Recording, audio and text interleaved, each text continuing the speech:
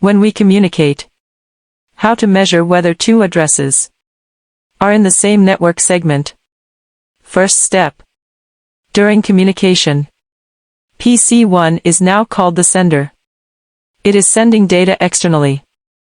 The host on the sending end will use its own mask. Add the IP address of the other party for calculation. The result of the operation is the network segment of the peer end. The network address. After calculation, compare the peer network segment with your own network segment. If consistent, then the message will be sent. That is, if they are consistent, they are considered to be on the same network segment. For PC1, if we do the calculation now, what is its address? Let's calculate. 192.168.1.000000001. The mask is 25 bits. Then the mask is 255.255.255.100000000. So am I trying to come up with what I have now? So now to get the network address. The mask is now only these bits, corresponding to the IP network segment, is also the network number. This is the content of the subnet mask mentioned earlier. A subnet mask of 1 corresponds to the network bit. A subnet mask of 0 corresponds to the host bit. Let's not talk about the first 24 bits being 1. It is 192.168.1. Then the latter bit corresponds to 1. This one is sure. That is actually 0. I don't even look at the corresponding ones behind, because the mask is now all host bits. So actually, the network segment I counted is this. The network segment is a 25-bit mask, because the mask of PC1 itself is 25 bits. So this is what PC1 thinks is its own network segment. Next, PC1 will calculate the network segment of the other party. The network segment of the other party is 192.128.1.2. Then 1.2 here is 10. This is called the peer IP address. Then take your own mask to calculate. You will find, when the calculation is over, now own mask is still 1.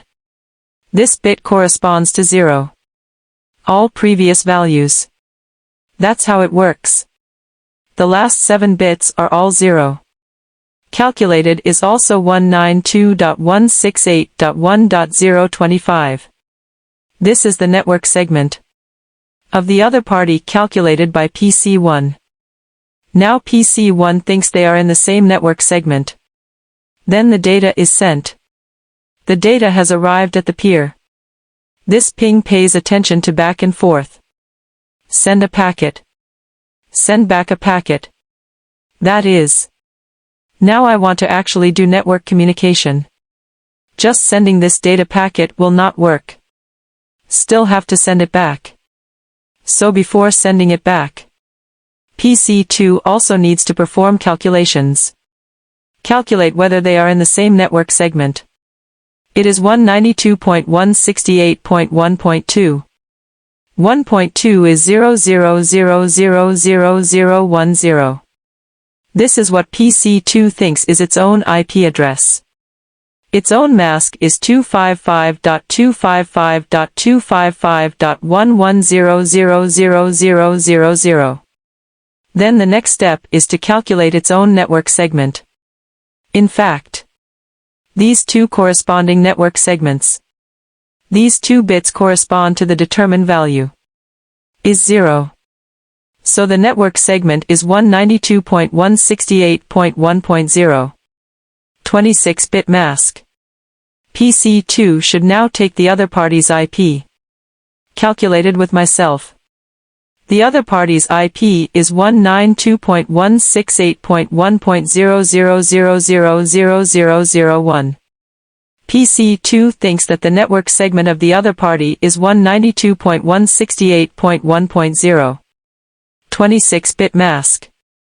Now PC2 receives the data packet sent. See that the address of PC1 is 1.1. It takes its own mask and calculates PC1. Found that they are on the same network segment. PC2 communicates with PC1. In the process, while host A and host B for us, we know they are not on the same network segment. But the device itself does not know what the mask of the other party is. So when they communicate data, what you see is your own mask plus the other party's IP. Calculate the network segment of the other party. So the PC thinks that other PCs are on the same network segment as it. It sends packets to other PCs, or reply packets. It thinks that it is not on the same network segment, and does not send data packets. Let's do a harder one next. We replace the right side with 192.168.1.5. 30-bit mask.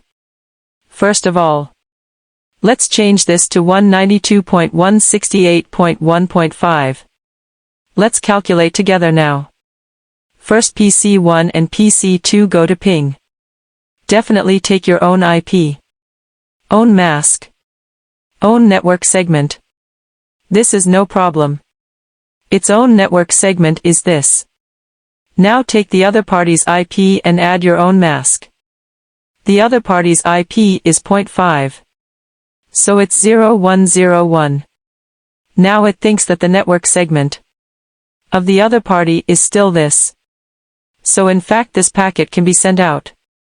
No problem. Now the packet is sent to PC2. For PC2, its IP, mask, and network segment, there is no problem. Now we have to calculate the following part. Now it is the IP of the other party. Add your own mask. Own mask is 255.255.255.11111100. I feel like I can't get through. Because you may feel that the mask I wrote is too long. IP is 192.168.1.000000101. Now it's time to start calculating. Calculate your network segment. 192.168.1.4. 30-bit mask. So now we have to calculate with the other party. The other party's IP is 192.168.1.000000001. Then the network segment of the other party is 192.1681.0. 30-bit mask. When the calculation is over, found a problem. PC2 is now 1.4 network segment. PC1 is the 1.0 network segment. They are not in the same network segment. So it stands to reason. PC2 has no way to reply data packets to PC1 now. Let's come to PC1 here. Go to ping the address 1.5 again. Unreasonable. There is a timeout here. Mean timeout. So no ping. That is, the packet was indeed sent. PC1 sends a packet to PC2. Because PC1 thinks that the two are on the same network segment. But PC2 did not reply the packet to PC1. Because PC2 thinks that the two are not in the same network segment. Then everyone will find out. No matter which mask.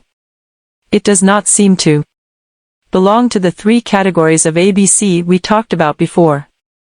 We call a class like ABC the main class. This is defined by the organization IANA. Then these are subnets.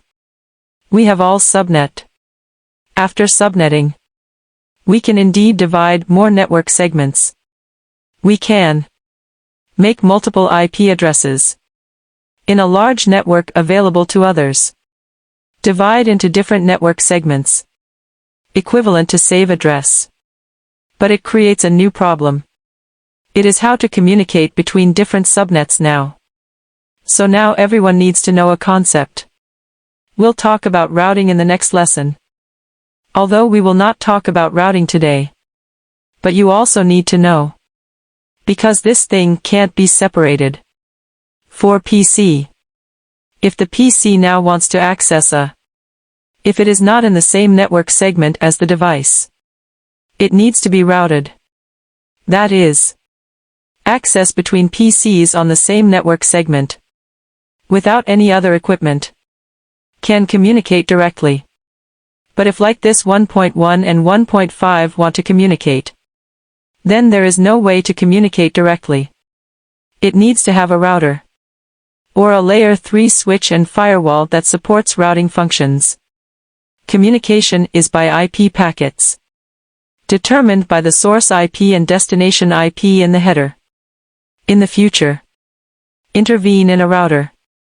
Then this router. It is called the respective gateways of the two PCs now. We will now mention a new concept. These are two PCs. Future. If different network segments communicate. No direct communication. A new device must be interposed. This device is called a router. The two PCs will be connected to the router respectively. After connecting, the IP addresses of the two interfaces on the router will be used as the gateway parameter on the current device. Let's take a look. We open this TCP/IP. Tick manual mode here. If my computer wants to go online now, some parameters must be configured. Then the configuration parameter has an IP address. Network card mask. The last parameter is called default gateway. This is for domain name resolution. Let's not look at this. For our daily surfing, not communicating within the LAN, you need to fill in a parameter called gateway. Let me briefly talk about what is called routing. This is PC. Here is a router. Connect to some public networks outside. When you are online. In fact, all access is to the operator's network. But the problem is, the operator must not be in the same network segment as you. At this time you need to have a device. It to help you access. This device is the current gateway device. Strictly speaking, you connect with it. You belong to an intranet. The interface it connects to you is your gateway. This address must be on the same network segment as yours. If it crosses the network segment with you, you can't access it. It can't help you forward. Your address and this interface address are a network segment. If you access across network segments in the future, you will not go directly to the address across the network segment. Make a direct connection. Instead, find the gateway first. It's here to help you forward. The same is true when the data comes back. Go back to this device first. Then through the corresponding routing function on this device. So the PC will hand over the data to the gateway. The gateway helps itself to forward. So the gateway parameter is very important.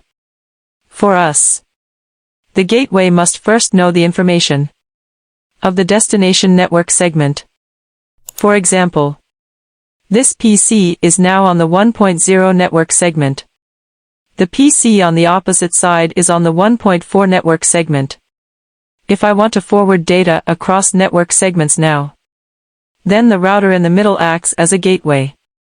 At least it needs to know the information on both ends. So this is a basic logic of it. And a device acting as a gateway like this, it must have the ability to forward across network segments. Send data from one network segment to another network segment. Now I assign an after-school assignment. You can do your own experiments after class. Let me talk about the experimental requirements. If your emulator is not installed, install it early. Okay. I'll draw a picture for you. After class, everyone, do your homework according to the picture I drew. I won't show you in class. Let's talk about it in the next class. These are two PCs. In the middle is a router. The router on the left. Give it an address. For example, 192.168.1.100 24-bit mask. This is the 1.0 network segment. Suppose the IP address on the right is 192.168.2.100 24-bit mask. It is the 2.0 network segment. Now these two are cross-network segments. In the middle is a router. Then, for the router, I now assign an address to the left and right sides respectively. The address on the left is 192.168.1.254 24-bit mask. It is in the same network segment as the PC on the left. The address on the right is 192.168.2.254 24-bit mask. Set up your own environment after class. Practice the basic configuration. This is the address of both ends. IP will be configured on the host in the future. We just demonstrated configuring IP. Wait a minute and I'll show you how to configure the mask. In addition, the router enters the interface and configures two addresses. No need to do any configuration afterwards. That is, only need to configure IP for the host. Configure IP for the two interfaces of the device. The rest do not need to configure. And see if they work. It doesn't work. That is, if only the address is configured. The two of them are incompatible. I'll leave this to you after class. I won't show you in class. Let's move on. For routers, two interfaces are configured with IP. This IP address must be on the same network segment as the PC. In this picture, the router device acts as a gateway in the whole graph now. Then the meaning of the gateway is, data access across network segments requires a gateway. It is equivalent to a certain PC is a 2.0 network segment. It can only communicate with the data of the 2.0 network segment. If a switch is connected here, many devices are connected to the 2.0 network segment. PC can communicate with them. But if the 2.0 network segment wants to communicate with the 1.0 network segment, then it is impossible to communicate directly. Just go to the gateway first.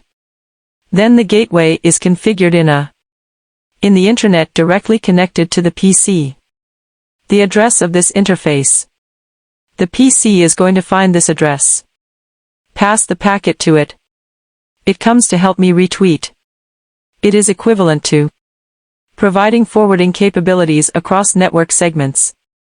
The gateway is configured under the interface of the router, or under the VLAN if interface of the layer 3 switch. It is also configurable when communicating later. The PC will take the IP of its own network segment. That is, the mask. Add the IP of the other party for calculation. If it is calculated that the network segment of the other party is in the same network segment as yourself, it directly finds the device on the same network segment to communicate. If not in a network segment, PC will find its gateway. Let the gateway help it communicate. So it is equivalent to realizing forwarding across network segments. Okay. Now we are officially learning ARP. Now there are several problems in the whole picture. First question. How did the PC find the gateway? Second question. How does the gateway send data from network segment 1.0 to network segment 2.0? This is at the routing level. When we talk about routing, we will talk about. Secondly, for data encapsulation. We all know the 7-layer reference model. Each layer must be encapsulated. Then PC1 sends data to PC2. No matter what happens on the upper floor. If you are doing 2-layer encapsulation, how are the source MAC and destination MAC packaged? Actually, this will involve the knowledge we are going to talk about today. called ARP. Okay. For two devices. We first reconfigure it with an address 1.1.1.1 24-bit mask. The device on the right is the same. We first configure a network segment 1.1.1.2 24-bit mask. Then, let's capture packets here. When you install this, Wireshark will also be installed together. It's a software for dummies.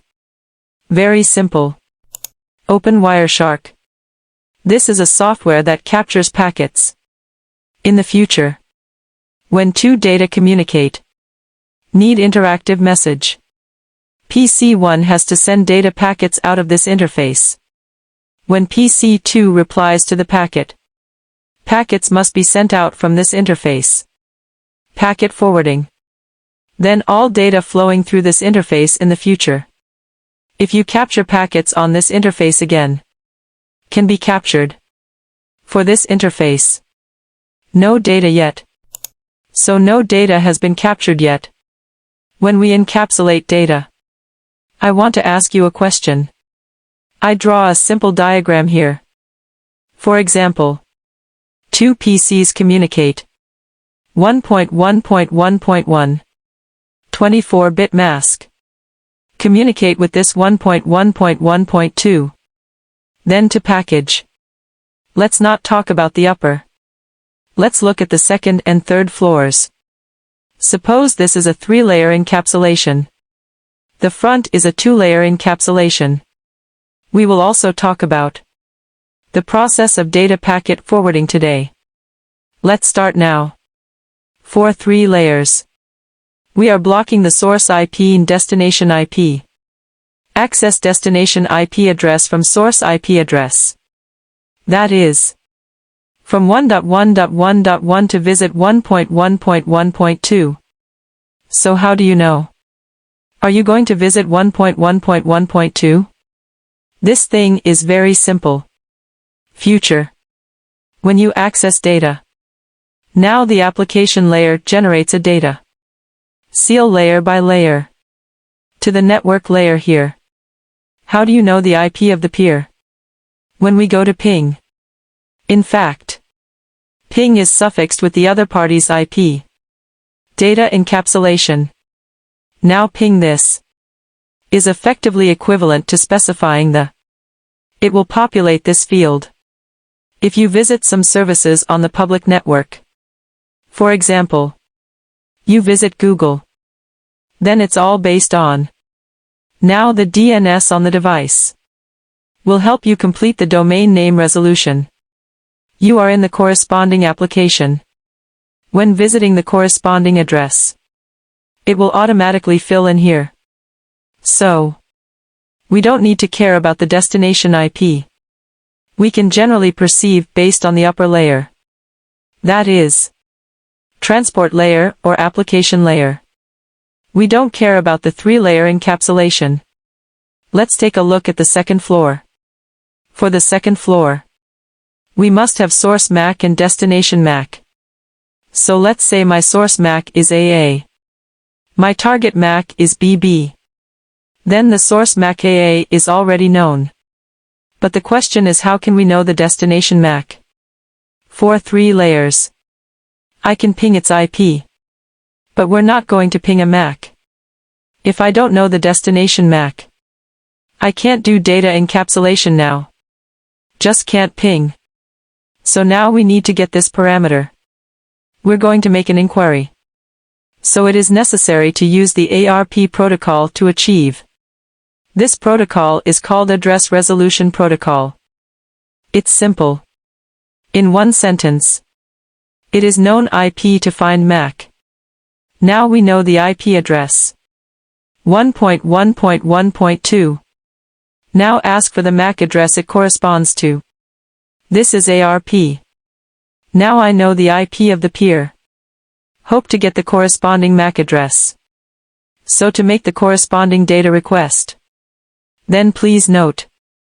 Before future requests to the destination MAC address, real data cannot be sent. Like now. Here we are. It is the captured data packet under the right interface of the PC. I'm going to ping PC2 now. That is ping 1.1.1.2. For now. After the ping is sent out, the data can be captured here. Then when the data is captured as a whole, we'll look at a parameter. Now PC1 sends data to PC2. The content of the data in PC1 is a broadcast. Encapsulation via ARP. Encapsulated is an ARP packet. Now the problem is, who has 1.1.1.2? I sent a ping. Ping actually uses the packet encapsulation of the ICMP protocol. But you will find, before the ping succeeds, an ARP is sent first. After sending ARP, this thing returned the packet back to it. 1.1.1.2 is at.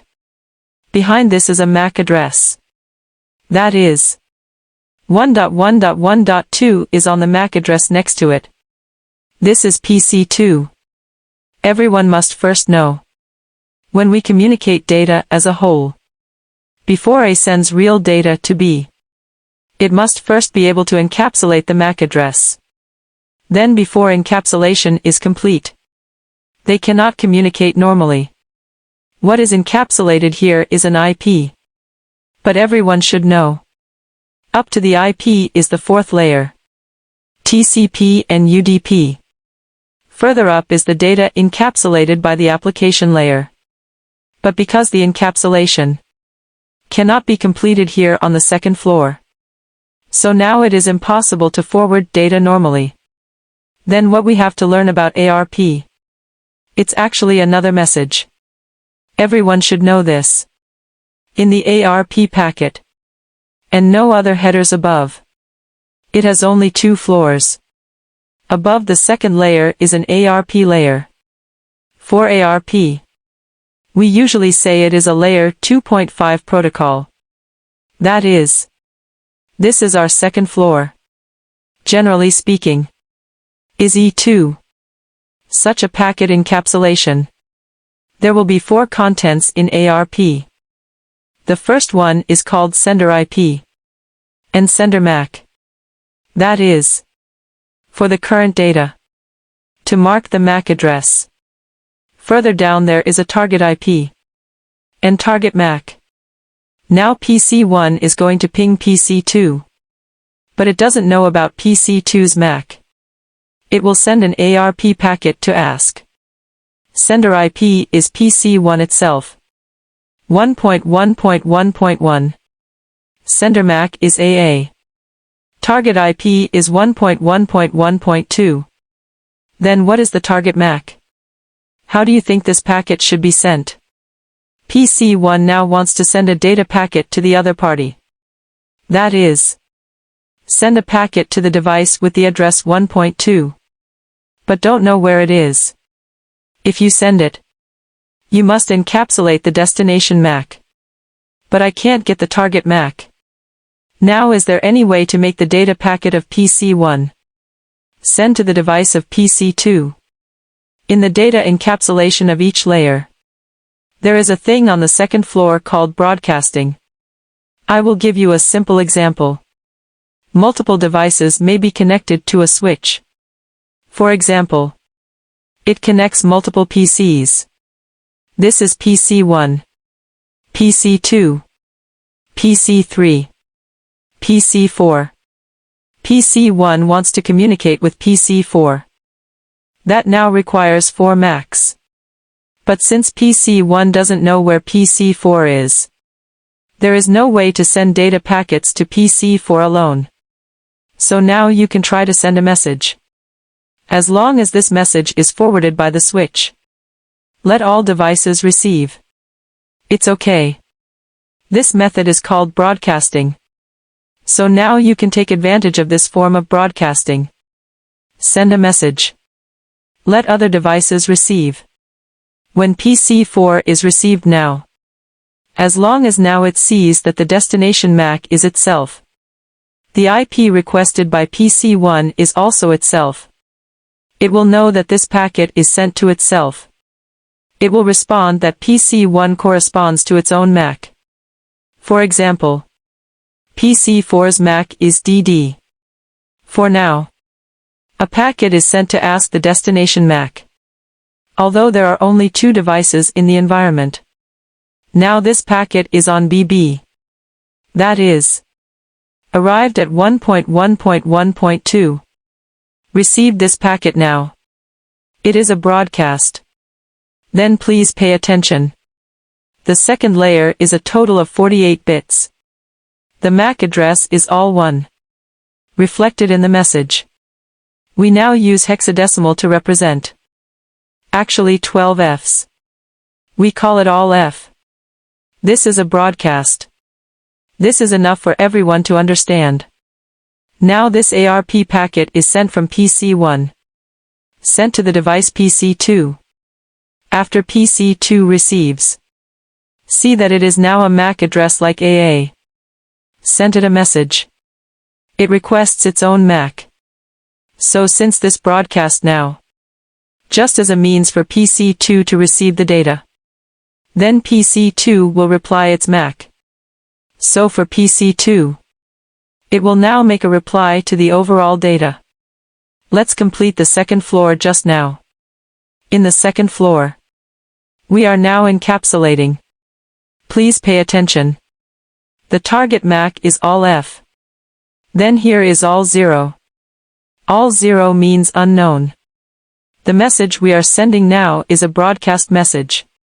So our target MAC here is all F. We sent target MAC in the future. It is all 0. Represents an unknown. Now this is what the message looks like. This is the message sent by PC1. PC2 now needs to target the message just sent. Make a reply. When replying, the source MAC and the destination MAC must be swapped. Surely we don't call swapping here. But now the source MAC must be yourself. But the destination MAC can be filled in. PC1's MAC is up. Because in the data packet sent by PC1 to PC2, indicates that PC1 is now AA. The source MAC in the data sent by PC1 is AA. PC2 knows that PC1 is now AA. When sending, PC2 regards BB as the source MAC. Reply to PC1. Then for sender IP and sender MAC. About to make changes. Sender IP and target IP. They are reversed. Equivalent to this is the data packet sent by PC2. Sent to PC1. Sender MAC is the MAC of PC2. Is BB. We fill in here. Then target MAC is not unknown at this time. This is directed to PC1. PC1 is now going to send data to PC2. Logically speaking, the 4 layers should be directly 3 floors. And layer 2 are both encapsulated. This is data encapsulation. 4 layers sealed no problem. 3 layers sealed no problem. When sealed to the second floor, found that the destination MAC does not know where. Therefore, the second layer cannot be encapsulated. But at this point a problem arises. If you don't encapsulate the second layer, then this data cannot be sent. If it is not encapsulated, it does not conform to the overall TCP/IP. We talked about 2 encapsulation standards for data link layer. One is E2. One is 802.3. But now the most used is E2. That is to say, under the encapsulation standard in the second layer, we want to encapsulate the source MAC and destination MAC. It is the name of an encapsulation standard, not a special parameter. Okay. Let's summarize the process. Since the second layer cannot be encapsulated now, as a result, this message cannot be sent out. So you definitely need to ask the other party's MAC to send. This is known IP-seeking MAC. Now we have to give up the original data encapsulation. Instead, the ARP packet is encapsulated first. For ARP, it is a message encapsulated in the data link layer. But there is no other layer on top of it. This packet is small. Then in the ARP sent now, there will be a sender IP in its field. Its MAC is PC1. Target IP MAC is PC2. Now for PC1. It does not know target MAC, because it doesn't know the target MAC of PC2 now. So this position is all 0. Represents unknown. Then the MAC in the second layer sent by PC1 knows. The target MAC is all F. Indicates that this is a broadcast message. Send this broadcast message. PC2 in the final environment can definitely receive the broadcast packet, because it is obliged to process and receive. The first thing to do is to disassemble the message. It will be disassembled from the bottom up. First remove the second floor. It has been dismantled. After dismantling the second floor, it was found. The second floor is all F. This is what was sent. When the message is sent with all F, it will be processed. Source MAC is AA. PC1 knows that AA is sending data packets to it. The packet sent by AA to PC1 is. I would like to ask, what is the MAC address corresponding to the PC1 address? Then PC1 will reply to it. It will start to complete the package locally. Then when packaging, sender IP is itself. Sender MAC is also itself. Target IP and target MAC are each other. Because when the other party sent a data packet to PC1 just now, wrote my own source MAC. So PC1 knows it's the other party's.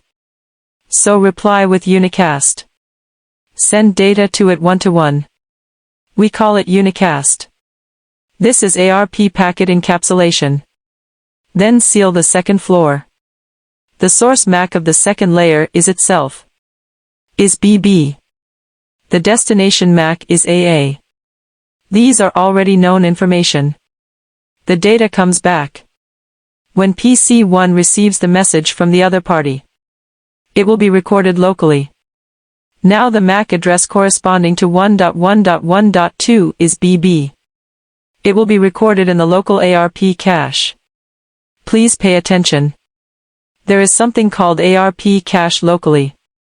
This cache will record a corresponding relationship. 1.1.1.2 The MAC address corresponding to such an address is BB. This will be recorded in the ARP cache table. Then it is equivalent to filling a content in this table. Then once the table has this content in the future, before sending data, it will not know whether the second layer should be encapsulated.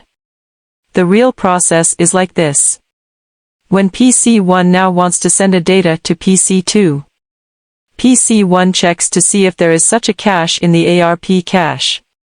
If PC1 wants to send data to 1.2, know that it corresponds to BB. PC1 starts packaging directly. If PC1 is going to send data to it now, first look at your watch. No such entry. Then send an ARP packet to request. After the request, there is this item locally. Then perform the following data encapsulation. Is such a process. In order to make it easier for everyone to understand. I said it was because it was sealed to the second floor. I don't know how it was sealed.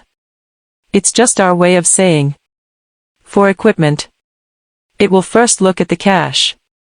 If there is no cache, just request.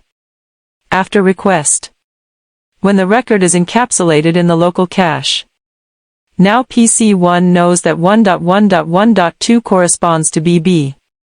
It will be packaged directly. If the table is checked and the table does not, it sends ARP. Then I just mentioned a word called broadcasting. I feel that everyone is on the word. Might not be very good. Talk to you again. As a broadcast message. The range it can transmit is called broadcasting. We will come into contact with the switch in the future. All interfaces of the switch. By default you do not do redundant configuration. It's all a broadcast domain.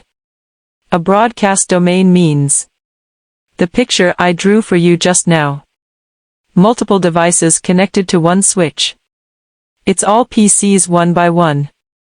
If now it is connected like this. In the middle is a switch. Then PC 1 sends a broadcast packet. They can all receive. Because they are in the same broadcast domain. This is called broadcast domain. It is the delivery range of broadcast packets. We just mentioned another device. Called a router. It's not the same as a switch. For routers, each of its interfaces is a broadcast domain. That is to say, a broadcast data packet cannot be sent to the router. This is the delivery range of a broadcast packet. We also refer to a broadcast packet that is sent. If there are multiple devices in an environment, PC 1 sends a data packet. Since PC 1 is now a broadcast, all devices can receive. If as a receiver, a device receives a, but not for it, will it reply then? Look. Now PC 2 requests 1.1.1.2. If there is a device that is 1.1.1.3, it also received this broadcast. So will it handle it? If this device finds, now the target IP requested by PC 2 is not it, then it just doesn't want this packet. Only the request is the real target IP. It will reply. When the data passed. Because I don't know the other party's MAC. A broadcast is sent. When the data comes back. Since the receiving end can see the MAC address of the sending end. So it is able to know. Now the MAC corresponding to 1.1.1.1 is AA. So in fact its local cache table. It will be updated to 1.1 corresponding to AA. Direct address encapsulation. Then send it. This is its flow. Some students will ask. If the switch knows the corresponding MAC, will respond to ARP. Is this the ARP proxy? No. We'll talk about ARP proxies later. ARP proxy refers to if the devices at both ends think they are on the same network segment, will directly request the other party's MAC. But sometimes you find, although they are on the same network segment, but sometimes a router may be connected in the middle. They are indeed on the same network segment, but not under a broadcast domain. This is a rather special scene. In ARP proxy, it will involve whether the middle is the same network segment, and a broadcast domain problem. So, the switch knows that the corresponding MAC responds to ARP is the ARP proxy. This statement is wrong. In addition, the switch knows the corresponding MAC does not refer to the MAC address table of the switch. Nothing to do with it.